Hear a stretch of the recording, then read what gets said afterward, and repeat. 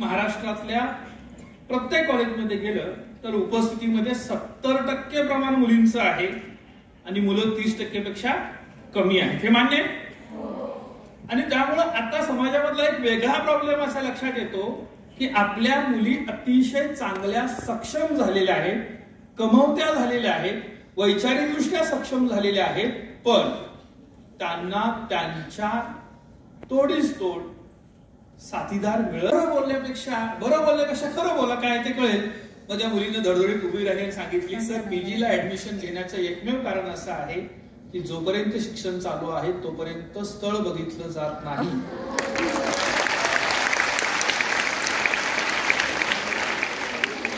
आणि म्हणून मी पीजी करते. हे उत्तर देणाऱ्या मुलीवर तुम्ही सगळ्यांनी टाळ्या वाजवल्या. ठीक आहे, याचा विचार करा. दुसरं असं आहे की मी जसं मगाशी सांगितलं की कुणीही हात वर केला तर मी थांबणार आहे. प्रत्येक ठिकाणी तुम्ही सांगत असतो तसं. एका महिला कॉलेजमध्ये गेल्यानंतर 2-3 मिनिटं मी बोललो असेल. करिअर कट्टा नावाचा एक उपक्रम आहे, त्याच्यावर मी नंतर शेवटी सांगणारच आहे करिअरच्या बाबतीत आपल्याला. बोलल्यानंतर एक मुलगी, तिचं नाव मी आता विसरलो, तेजस्विनी नाव होतं तिचं, ती उभी राहिली, सांगितली, सर तुम्ही सांगितलं होतं आम्ही हात वर केल्यानंतर तुम्ही खाली बसणार आहात. माझं असं मत आहे की आमच्या सगळ्या मुलींच्यासाठी हे जे तुमचं करिअर कट्टा, करिअर वगैरे चालले त्याचा काही उपयोग नाही, तुम्ही खाली बसा. आता प्रमुख पाहुण्यांना प्राचार्यांच्या समोर विद्यापीठाचे कुलगुरू आणि सहसंचालक शासनाचे असताना एखाद्या विद्यार्थिनीनं असं म्हटलं की तुम्ही बोलू नका, खाली बसा, म्हटल्यानंतर मी बसायला पाहिजे ना? मी बसत होतो खाली. प्राचार्यांना थोडस हर्ट झाले की आपण पाहुण्यांना बोलवतोय आणि त्यांचा अपमान करणं बरं नाही ना. घरात आलेल्या पाहुण्यांचा आदर केला पाहिजे, कसंही वागला तरी, बरोबर. मग प्राचार्यांनी सांगितलं, तुला ऐकायचं नसेल तर तू बाहेर जा. ठीक आहे, बाकीच्या मुलींना ऐकू दे. त्या मुलीनं जोरात बेंचवर हात उधळला आणि सांगितलं, सर तुम्हाला कळत नाही का, मी सगळ्यांच्या वतीनं सांगते की हे करिअर कट्टा आणि करिअरचं काही आमच्या कामाचं नाही. शितोळे सर तुम्ही खाली बसा. आता एवढा अपमान झाला, मी खाली बसायला पाहिजे ना? मी खाली बसत होतो तरी पण मला विचार आला, कारण की मला सुरवशे सरांनी सांगितलं होतं, सर पुढच्या वर्षी स्वयंसिद्धाला तुम्हाला यायचं आहे आणि पुढच्या वर्षी यायचं आहे तर मग मटेरियल मला राज्यभर गोळा करायला लागेल ना, जे जे मिळेल ते तुमच्यापर्यंत आणण्यासाठी.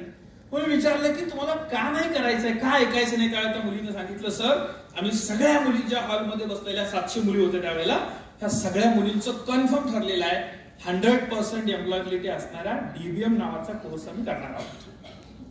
ठीक आहे, किती लोकांना माहिती आहे त्याने हातवर करा.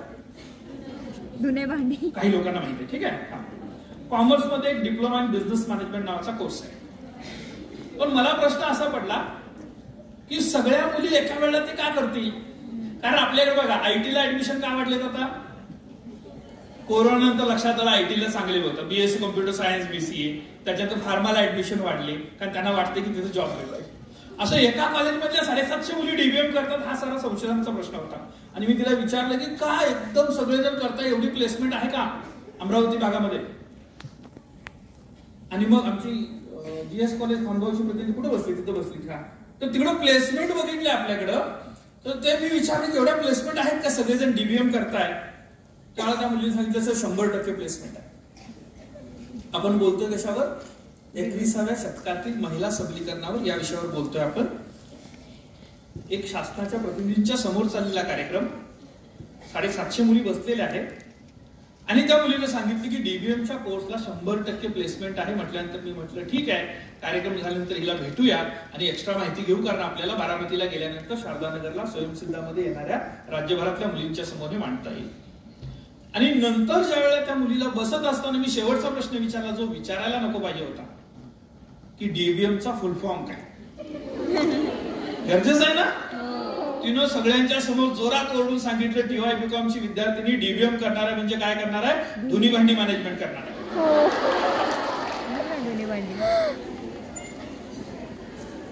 मैत्रिणींनो, ही सगळी तुमच्यामधली असणारी प्रातिनिधिक उदाहरणं आहेत. एका मुलीने सांगितलं की मी पीजी यासाठी करते की मला 2 वर्ष लग्न पुढे ढकलायचं आहे. दुसऱ्या मुलीने सांगितलं की आम्ही शिक्षण घेतोय त्याचा काहीच उपयोग नाही, कारण आम्हाला सगळ्यांना धुनीभांडी मॅनेजमेंट करायचे आहे, हेच आमचं भविष्य आहे. तिसरी एक विद्यार्थिनी या ठिकाणी असं म्हणते, सर तुम्ही आज बहुतेक पुणे किंवा मुंबईहून आला. म्हटलं ठीक आहे, कारण मी मुंबईची मीटिंग संपून आलो होतो. त्यामुळे तुम्हाला माझ्या भागातली परिस्थिती माहित नाही, जी मी तुम्हाला सांगतो. त्याने काय सांगितलं, सर 12वी पास झाल्यानंतर कुठल्या कॉलेजला ऍडमिशन आम्ही घ्यायचं याचा निर्णय कोण घेतं? आई वडील घेतात, बरोबर. कॉलेजमध्ये युनिफॉर्म व्यतिरिक्त कोणते कपडे वापरायचे याचा निर्णय कोण घेतं? पालक घेतात. मोठा भाऊ असेल तर मोठा भाऊ जास्त आपल्याला लक्ष देऊन असतो. आम्ही काय शिकायचं, कोणते विषय घ्यायचं याचा निर्णय पालकांचा असतो. आणि त्याच्यापेक्षा महत्वाचं, लग्न झाल्यानंतर आम्ही नोकरी करायची, व्यवसाय करायचा की घरी बसायचं याचा निर्णय देखील आमच्या होणाऱ्यांचा आहे. आणि जर असं असेल तर हे करिअर कट्टा, करिअर, महिला सबलीकरण, स्वातंत्र्यता, स्त्री पुरुष समानता हे आमच्या लेखी काहीही कामाचं नाही, असं माझ्या एका ग्रॅज्युएशन फायनल इयरला असणाऱ्या विद्यार्थिनीचं मत बनतं. ही एक बाजू. आणि दुसऱ्या बाजूला आपण असं म्हणतोय की महिला प्रत्येक क्षेत्रामध्ये, मुली त्या खांद्याला खांदा लावून पुढे येत आहेत, काम करतायत, पुढे उभ्या राहत आहेत. मग महिला सक्षमीकरण नेमकं 21व्या शतकामध्ये काय अपेक्षित आहे याचा विचार करत असताना पहिल्यांदा आपण आपल्या वाटा व्यवस्थित निवडलेल्या आहेत का हे तपासणं गरजेचं आहे. म्हणजे तुम्ही BA, BCom, BSc ला जे ऍडमिशन घेतलं ते काय, या प्रश्नाचं उत्तर तुमच्याकडे आहे का? अजून काही गमतीशीर उत्तर आहे. म्हणजे काही मुली म्हणतात, सर मैत्रीण जात होती त्याच कॉलेजला घरच्यांनी जायचं म्हणून सांगितलं, त्यामुळे तिनं जो घेतला होता तो विषय घेतला. यायला जायला स्कूटी सोबत राहते, येता येतं म्हणून तिच्याबरोबर जातोय. ज्या कॉलेजला जायचं आहे तिथं गावातल्या 5-6 मुलींचा ग्रुप जातो आणि ग्रुपने येतो म्हणून मी ऍडमिशन घेतलेलं आहे.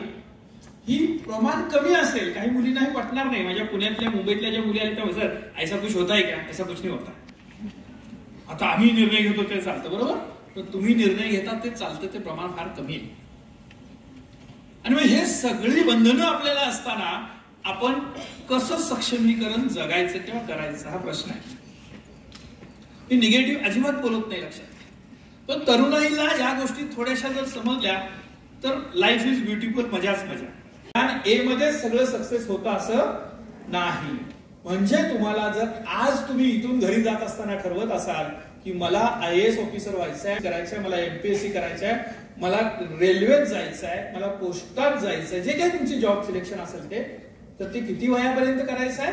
आणि दुसरं, जर ते झालं नाही तर उरलेल्या वयापैकी उरलेल्या वेळेत मी काय करणार, माझ्याकडे बॅकअप प्लॅन काय आहे, हा फार महत्वाचा आहे. प्लॅन बी ज्याला म्हणतो आपण. म्हणजे एक तर प्रोफेशनल डिग्री पाहिजे किंवा असं स्किल पाहिजे ज्या माध्यमातून तुम्ही स्वतःचा उदरनिर्वाह चांगला करू शकाल. मैत्रिणींनो, माझं तुम्हाला एक वारंवार विनंती आहे, लक्षात घ्या. सधन कुटुंब शोधण्यापेक्षा तुम्ही इतकं सक्षम बना की आयत्या वेळच्या अडचणी आपल्याला त्रास देणार नाहीत, हे लक्षात घ्या. आणि हे मी अधिकारवाणीने यासाठी बोलू शकतो हे लक्षात घ्या की महाराष्ट्रातला असा एक मोठा वर्ग आहे. 28,000 महिला आपल्या महाराष्ट्रामध्ये अशा आहेत, कदाचित तुमच्या आजूबाजूला देखील एखादी केस असेल की ज्यांचे मिस्टर कोविडमध्ये वारले, मुलं 18 वर्षापेक्षा लहान आहेत, त्याच्यापेक्षा मोठी असणाऱ्यांची तर नोंदच नाही अजून. 28,000 अशा महिला आहेत की ज्यांची मुलं 18 वर्षापेक्षा लहान आहेत आणि ज्यांनी आतापर्यंत आयुष्यात कधीच आर्थिक व्यवहार केलेले नाही. कोणतंही घराच्या बाहेरचं, आपण म्हणतो ना उंबऱ्याच्या बाहेर जावं लागलं नाही, एवढ्या सगळ्या फॅसिलिटी घरात होत्या. हे एका पद्धतीचं अपंगत्व आहे, हे मान्य करूया ना आपण. इतकं अवलंबून असल्यामुळे ज्या वेळेला अशी परिस्थिती आली त्यावेळेला आमच्या महिला, आमच्या भगिनी काहीच करू शकत नाही. आणि मग जे चित्र महाराष्ट्राचं समोर आलं ते असं आहे की 28,000 कुटुंबांमध्ये कुठंतरी मिस्टरांनी न सांगता कर्ज काढलं होतं, जे 50,000 होतं. ती व्यक्ती आज दारात उभी राहते की तुमच्या मिस्टरांनी 5 लाख घेतले होते, कारण लेखापडी काहीच नाही. बरं, अशा पद्धतीच्या काही पतसंस्था उभ्या राहिल्या की मिस्टरांचं कर्ज होतं, तुम्ही घर विका नाही तर काही विका, पण कर्ज भरायला पाहिजे. अशा काही सगळ्या कॉलेजच्या मुलींना घेऊन सर आपल्या स्वागताला उभे राहिले. किती सुंदर स्वप्न आहे ना. जुलै महिन्यात स्वप्न, अशी स्वप्न पडतात ना तुम्हाला. व्याख्यान ऐकल्यानंतर चार्ज झाल्यावर स्वप्न पडतात आणि घरी जाईपर्यंत विसरतात. पण या दोघांचं पक्क होतं. काय स्वप्न पडलं, मला IAS बनायचं आहे आणि तुला IPS बनायचं. जुलै महिन्यातलं स्वप्न, कॅलेंडरचं पान पलटलं, ऑगस्ट महिना आला. आता तुम्ही सांगितलं तुम्हाला तरुणाईची उत्सव आवडत नाही, पण बरं उत्तर सांगण्यापेक्षा खरं उत्तर असं आहे, आपल्यालाही प्रत्येकाला आवडत असतं की आपण तरुणांसारखं जगलं पाहिजे. म्हणजे काय की जुलै महिन्यात, ऑगस्ट महिन्यातला पहिला रविवार काय असतो, फ्रेंडशिप डे असतो ना. आणि मग युट्यूबला आपण तरी चुकून शोधायला लागतो, रील्स आपल्याला येतात काय, मित्र वनव्यामध्ये गारव्यासारखा. आणि मग तो गारवा शोधायचा जो प्रकार चालू होतो जुलै ऑगस्ट महिन्यामध्ये, ऑगस्ट, सप्टेंबर, ऑक्टोबर, नोव्हेंबर, डिसेंबर, जानेवारी पानं पलटायला लागतात, बरोबर. फेब्रुवारी महिन्यापर्यंत तो प्रवास येतो. बरेच मित्रमैत्रिणी असतात, त्यातनं कुठंतरी एखादा विशेष आवडायला लागतो, एखादी विशेष आवडायला लागते. आणि मग असं वाटतं की 14 फेब्रुवारी सारखा दुसरा पवित्र सण नाही. अभी नाही तो कभी नाही असं म्हणून या ठिकाणी ज्या वेळेला कोणीतरी कुणाला तरी प्रपोज करतं, कोणीतरी ऍक्सेप्ट करतं, इथपर्यंत काहीही चुकलेलं नाही मैत्रिणी. कारण तरुण असण्याचं लक्षण आहे, ठीक आहे, तारुण्य सुलभ भावना आहे, चुकीचं आहे अजिबात म्हणून नाही. पण खरी गंमत पुढे आहे की हे ऑगस्ट किंवा जुलैमध्ये चालू झालेला प्रवास पानं पलटत पलटत फेब्रुवारी पर्यंत येतो. मार्च महिन्यात सेकंड सेमिस्टरची एक्झाम असते आणि त्याचा निकाल पुढच्या वर्षी जुलै महिन्यामध्ये लागतो. इथं बसून त्यानं तिला मेसेज केला होता मला IPS बनायचं आहे, त्याचा पुढच्या वर्षी जुलै महिन्यात निकाल येतो, 2 विषयाला ATKT लागते. आता हे तिच्या लक्षात येतं हे काहीच करू शकत नाही, फक्त मोठं बोलतं, ती सोडून देते. हे का घडलं? हे घडण्याचं कारण की विद्यार्थी म्हणून आपलं एक कर्तव्य आहे, विद्यार्थी धर्म ज्याला म्हणतात, तो काय की आता आपलं वय हे अभ्यास करण्याचं वय आहे, पुस्तकं वाचण्याचं आहे ना. आणि पुस्तकं वाचण्यापेक्षा इतर काही आवडायला लागलं तर काय घडतं त्याची ती प्रणिती तुम्ही बघितली, लक्षात घ्या. त्यासाठीची कविता माझी कविता नाही, युट्यूबला 7 मिनिटाची कविता आहे, त्यातली 4 ओळी फक्त मी तुम्हाला सांगणार आहे, लक्षात घ्या. पुस्तकं वाचण्याचं तुमचं वय आहे. तुम्हाला आई वडिलांना काय वाटतं, तुम्ही इथं आलात म्हणजे पापा कहते हे बडा नाम करेगा, बरोबर ना, वाटतं ना प्रत्येक आई वडिलांना. आणि इथं आपल्या काही मैत्रिणींचं काय चाललंय, आखो इशारा. आणि मग खरी गंमत लक्षात घ्या की इथं आल्यानंतर जुलैच्या पहिल्या महिन्यात असं वाटलं होतं की मला IAS बनायचं आहे. कुठेतरी चेहरे आवडायला लागले, चेहऱ्याच्या पाठीमागे मी जायला लागलो आणि माझं या ठिकाणी फर्स्ट इयरलाच 2 विषय राहिले.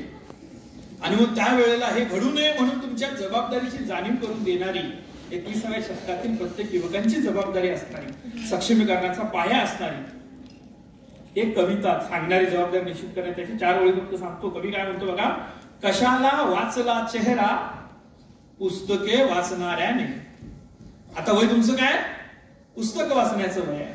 कशाला वाचला चेहरा पुस्तके वाचणाऱ्याने, उभा रस्ता जिंदगीचा बदलला त्याच्या एका इशाऱ्याने. म्हणजे तुम्हाला काय व्हायचं होतं, वाजवायचं का नाही वाजवायचं ते ठरवावं. तुम्हाला IAS व्हायचं होतं, पण चेहऱ्याच्या मागे लागल्यामुळं फर्स्ट इयरला 2 विषय राहिले. चालतील का? दुसरी बाजू ज्याच्यात आपली काही चूक असत नाही. को एज्युकेशन मध्ये शिकत असताना बऱ्याच वेळेला तुम्हाला आवडणाऱ्या, चांगलं वाटणाऱ्या मुलांशी बोलत असता मैत्री असते, बरोबर ना. म्हणजे वर्गातल्या सगळ्याच मुलांशी तुम्ही बोलता का? नाही. आणि त्यामुळं प्रत्येक वर्गामध्ये आपली काही चूक नसताना देखील काही अतृप्त आत्मे असतात ना. अतृप्त म्हणजे का, तुम्ही बोलत नाही म्हणून मनात राग असतो. आता लगेच नावं सांगायची गरज नाही एकमेकी, ठीक आहे. इकडे लक्ष. काय होतं की इकडून ज्या वेळेला त्यानं मेसेज केला तिला की मला IPS बनायचं आहे, तिनं मेसेज केला मला IAS बनायचं आहे. कार्यक्रम 6ला संपायचा होता, शेतोळे सर 7 वाजेपर्यंत बोलले, भूक लागलेली होती, बरोबर. आणि मग त्या दोघांनी ठरलं आता एक काम करू, बाहेर टपरीवर भेटूया, एक समोसा खायचा, तू तुझ्या गावी जा, मी माझ्या गावी जातो. माझं ठरलं मला IAS बनायचं आहे, तुझं ठरलं तुला IPS बनायचं आहे, सगळा जिल्हा ताब्यात ठेवायचा आहे आणि आई वडिलांचं नाव या ठिकाणी मोठं करायचं. बाहेर गेले, टपरीवर राहून एक समोसा दोघात खात होते. वर्गातला अतृप्त आत्मा त्याने ते बघितलं, त्यांनी लगेच त्याचा मोबाईलवर फोटो काढला. ती घरी जायच्या अगोदर तो फोटो घरी जातो, मग तुझं ग्रँड वेलकम होतं, मग ऍक्शन आणि रिॲक्शन होते. आणि मग दुसऱ्या दिवशी 2 ओळीचं पत्र आपल्या प्राचार्य महामुनी सरांच्याकडे येतं. काय पत्र येतं, आदरणीय प्राचार्य, आमची कन्या आपल्या कॉलेजमध्ये गेल्या वर्षी फर्स्ट इयरला शिकत होती, 75% मार्क मिळवून ती पास झाली, त्याचा आम्हाला अभिमान आहे. पण काही अपरिहार्य कारणास्तव उद्यापासून ती कॉलेजला येणार नाही. सोबत पत्रिका जोडलेली आहे, वेळ मिळाल्यास लागणार आहे. होतं का नाही होतं? होतो ना? तर याच्यात आपली काही चूक आहे का? असं कसं म्हणता येईल? कोणत्या वेळी कुठं असायला पाहिजे हे समजलं नाही, ही चूकच आहे ना. हे वेळेचं भान येणं हे सक्षमीकरणातली पहिली गरज आहे लक्षात. आणि मग त्या मुलीला जिला IAS व्हायचं होतं, तिला SYच्या सेकंड सेमिस्टरला लग्नाला उभं राहायला लागतं. ती लग्नाला उभी राहते, डोक्यावर अक्षता पडत असतात. मग तिला महामुनी सर आठवतात, ते IAS ऑफिसरचं लेक्चर आठवतं, तो मेसेज आठवतो मला IAS बनायचा आहे, तो त्याने दिलेला रिप्लाय मला IPS बनायचा आहे. आणि त्याच्यानंतर तो 4 रुपयाचा समोसा आठवतो ज्याच्यामुळे हा घोळ झालेला, बरोबर ना? आणि मग काय झालं आयुष्यामध्ये? आवडतं करिअर नाही, बरोबर ना? आणि आवडता लाईफ पार्टनर देखील नाही. अशा अवस्थेला लग्नाला उभं राहिल्यानंतर डोक्यावर अक्षता पडत असताना तिच्या डोक्यात येणाऱ्या भल्या मोठ्या कवितेच्या 4 ओळी फक्त मला तुम्हाला सांगायच्या, ठीक आहे? ज्या काय डोक्यात विचार येतो, ती तिच्या प्रियकराला उद्देशून काय म्हणते बघा. वाटलं होत माझा होशील, माझ्या जीवाचा राजा होशील, माझा तू अन तुझी मी हे सपान अर्ध राहील, कुण्या परक्यान माझ्या गळ्यात डोरलं बांधील.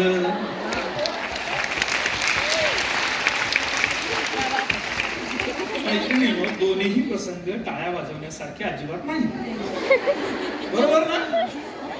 आयुष्यामध्ये असं काय व्हावंसं वाटतं का आपल्या बाबतीत? आणि यासाठी गरजेचं आहे की आपला फोकस करिअरवर असायला पाहिजे. यासाठी गरजेचं आहे की मला सक्षमीकरणाचा अर्थ समजायला पाहिजे. आणि यासाठी गरजेचं आहे की माझ्या मनातल्या स्त्री पुरुष समानतेच्या व्याख्येचा योग्य अर्थ आणि संकल्पना माझी तयार असायला पाहिजे. हे बघायला लक्षात घ्या.